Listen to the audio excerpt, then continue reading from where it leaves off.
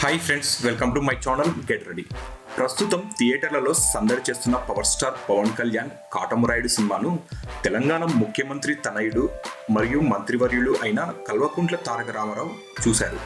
ఈ సందర్భంగా పవన్ కళ్యాణ్కు మంచి విజయం దక్కిందని నిర్మాత శరత్ మరార్ను అభినందించారు. అలాగే హ్యాండ్లూమ్స్ను ప్రోత్సహిస్తున్నందుకు చాలా సంతోషంగా ఉందని, ఇందుకు గాను పవన్ మరియు మారన్లకు ప్రశంసించారు కేటీఆర్.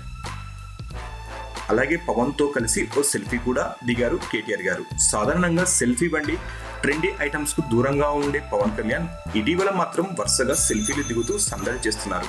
తెలంగాణలో కూడా తన జనసేన ఉంటుంది.